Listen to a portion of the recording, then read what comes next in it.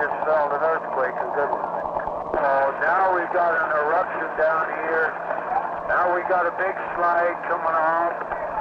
The slide is coming off of the west slope. Now we got a whole great big eruption out of the crater. And we got another that opened up on the west side, and the whole west side, northwest side is sliding down. On May 18, 1980, Mount St. Helens, one of the youngest peaks in the Cascade Range, erupted for the first time in over 150 years. We were getting ready for church, and Les was in the kitchen, and I was in the dining room, which looked out that direction, at north, up there. Anyway, we felt a little earthquake, and I said, we had a little chandelier there, and I said, oh, yeah, we had an earthquake. So at that same time, I looked out the front window and we could see the plume start coming up. We couldn't see the top of the mountain real good, but we did see the plume coming, and Les walked right over to the telephone and called his office and said, we're going, let's go. I think it might have been around 1980 when he got a hold of Pastor Miner. And because he knew that his deputies and the office worker, any of them that was working there, were going through struggles and needed someone to talk to. The chaplaincy began with a group of volunteer pastors, and over the next 30 years, the chaplaincy was able to hire professional chaplains and expand to service all the first responder agencies in Cowlitz County. Currently, Cowlitz Chaplaincy has 7 chaplains, 2 full-time, 2 part-time, and 3 volunteers.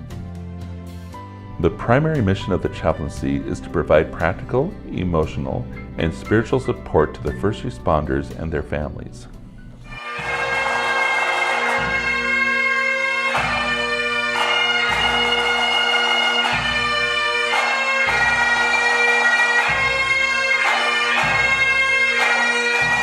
We went through a really major change in our department January 10th, and Chief Randy Gibson died.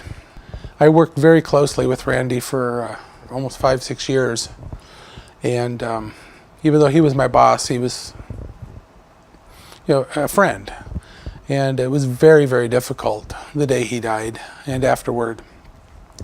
And I remember being at his home and seeing the chaplains come in, and I didn't really say too much, but the feeling of, it's almost a relief to know that there's someone there that I can talk to, because when I go to a scene that someone's died or there's heavy emotions, I'm usually the one that when I show up on a scene like that, that I'm the one there to kind of be there for the people, protect them, and make it okay. But I couldn't do that when I'm the one needing it, and it was a great relief for me when I saw you show up. And the days after, the talks, the meetings, it was very helpful personally to get through that. And even in the days since, every once in a while we get to talk about it, and it helps bring closure.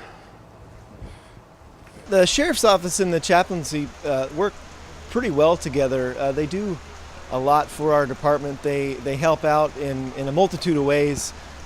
First and foremost, just coming out to crisis scenes and helping not only with the deputies and officers that are there, but with also the families that are there, and helping them through some of the crisis, some of the calls that we have to respond to.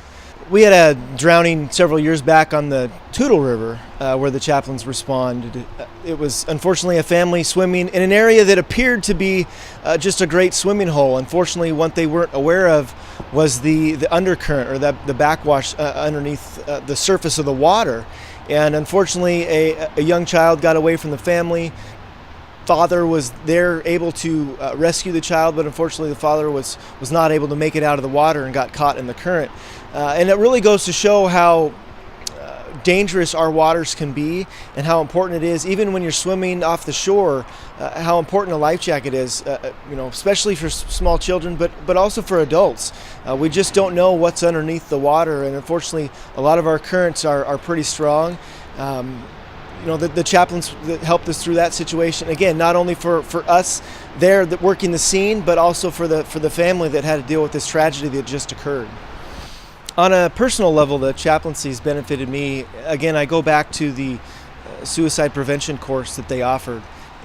Knowing that they care about us, they care about me enough to put that program together and offer it to our local law enforcement is a very warming feeling, knowing that they care so much about what we do and care about our well-being and our family's well-being as well. The chaplains are also a support and encouragement to the fire service.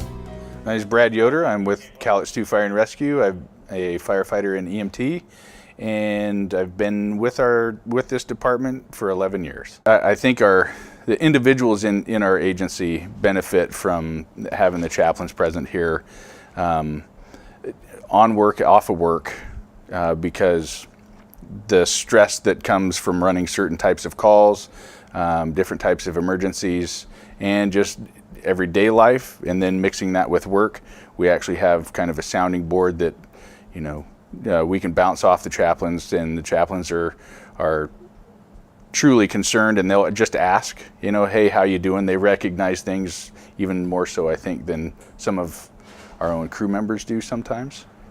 My name is Karen Hardy, and I'm the volunteer EMS coordinator and EMT for Tootle Fire and Rescue.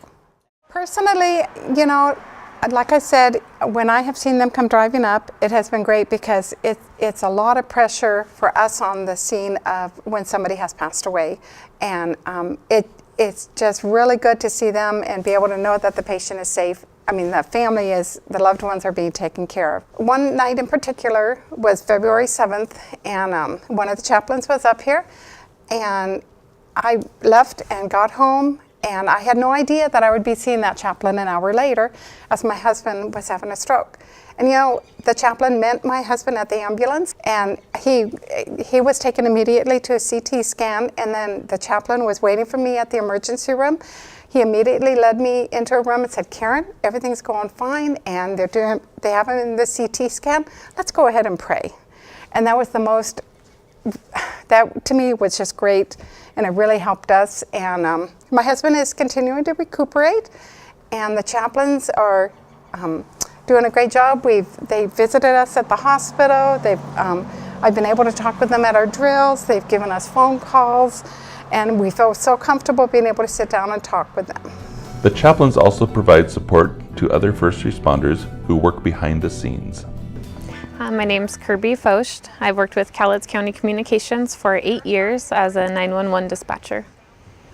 The Cowlitz Chaplaincy interacts with our agency by coming down and speaking with dispatchers after high priority incidents or traumatic incidents, and they also come down pretty much on a daily basis just to check in with us, see how we're doing, build those relationships, and just make sure that we're doing okay.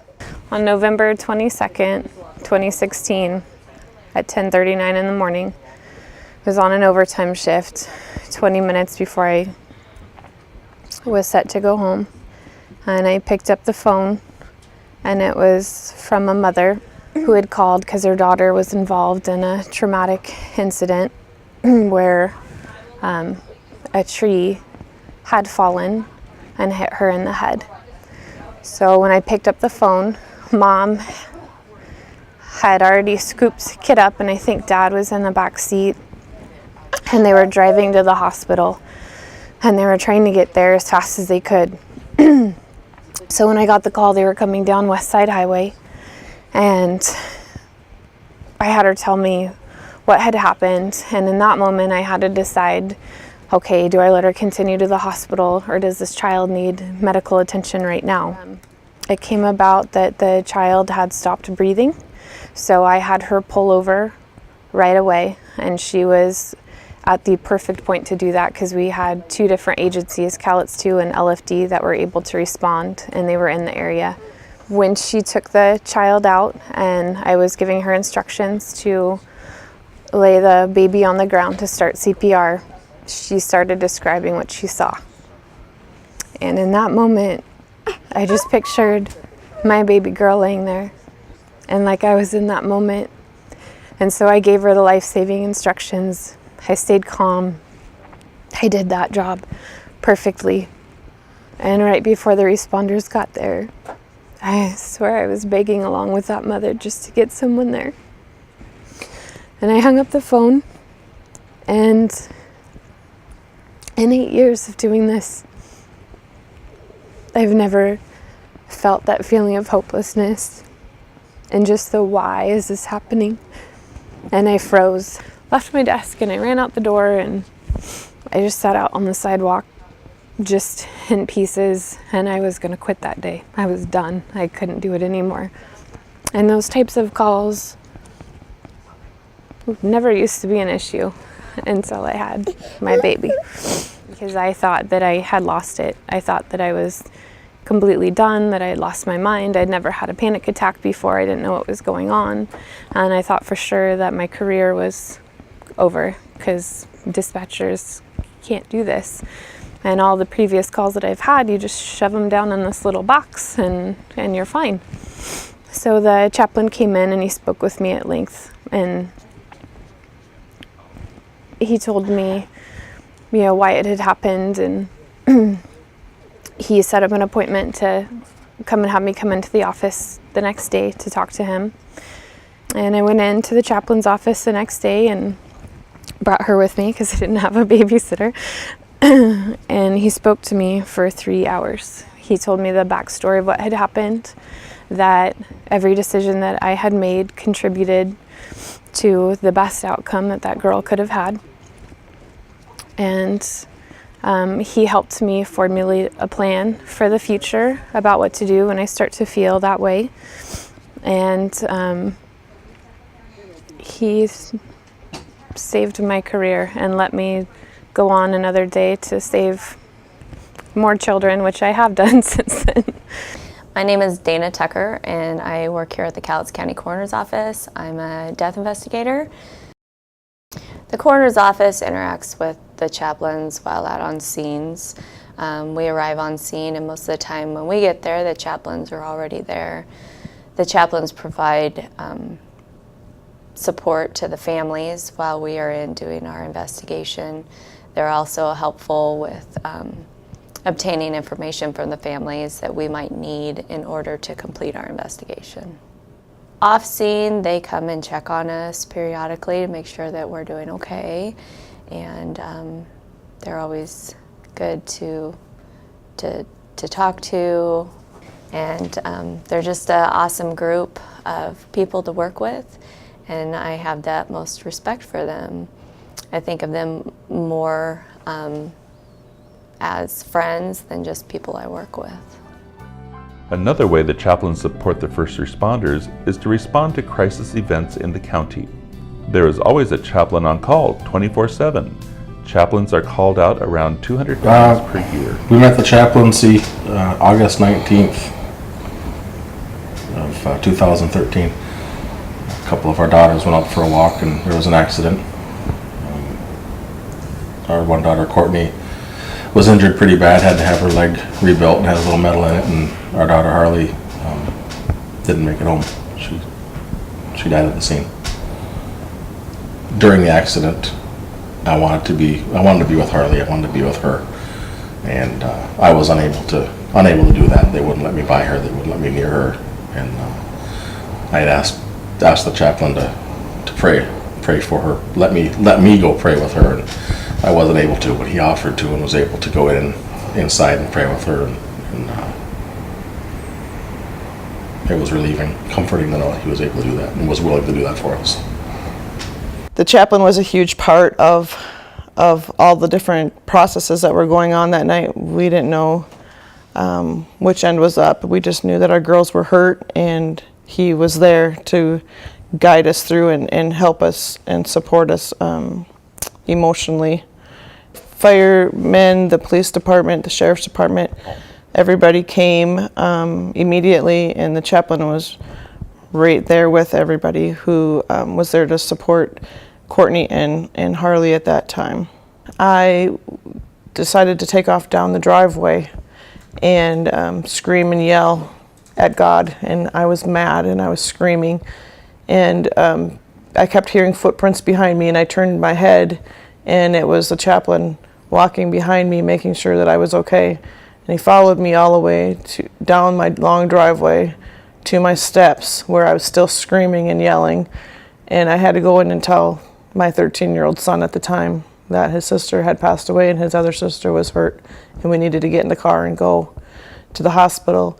But he did not leave my side until we got into the vehicle and went to go to the hospital. So I remember being mad at him at first for following me, because I thought this was my time to be mad at God, and I didn't want no chaplain behind me trying to keep me in line. But he didn't say a word. He just made sure that I was safe and that I was okay and that I was getting to where I needed to go. Chaplains also do several memorial services per year. Many of these are in connection with the crisis events they respond to. The chaplains also assist responders with programs that enhance public safety and community relations. The Chaplaincy is a 501c3 nonprofit corporation run by a board of directors. The chaplains rely on the donations of individuals and households like you, as well as churches and businesses. Please join us in supporting this important work within our county. For more information, visit the website on your screen. Thank you.